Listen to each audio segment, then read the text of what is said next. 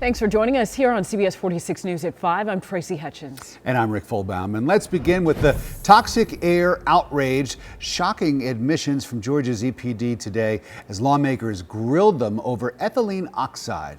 That is a known carcinogen. At least 2 plants are releasing it in the metro Atlanta communities. CBS 46's Carolyn Ryan is at the state capitol where those officials were on the hot seat today. How'd it go, Carolyn? Yeah, absolutely. EPD officials admitted to state lawmakers today that if they could do the whole thing over again, they'd do it much differently. It was above what we would consider acceptable in Georgia. It was not above the Clean Air Act acceptable risk standard.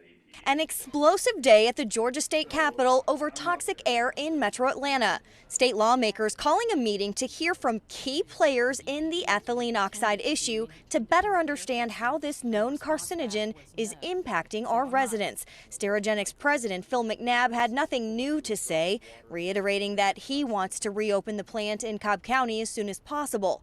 But the real fireworks came when the Georgia EPD stepped into the hot seat, admitting to lawmakers they were wrong in not notifying the public or the governor's office when they first learned about the cancer threat. We tried to ask the EPD some questions after the meeting. Ms. Hayes, can you guys commit that you'll have constant air quality testing around ETO facilities going forward? They got everything. They just needed. Any comment at all that you can say about the hearing? Ms. Hayes, anything that you want to say? I mean, they had a lot of questions for you. Excuse me, I need to go right now. So we have a lot of follow-up questions that we want to ask the EPD. You saw there they wouldn't answer our questions following that meeting there.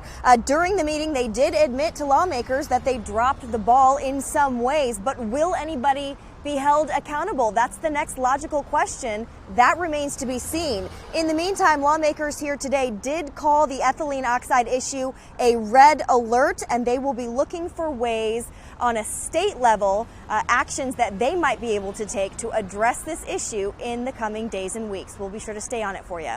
Reporting live at the state capitol, Carolyn Ryan, CBS 46 News.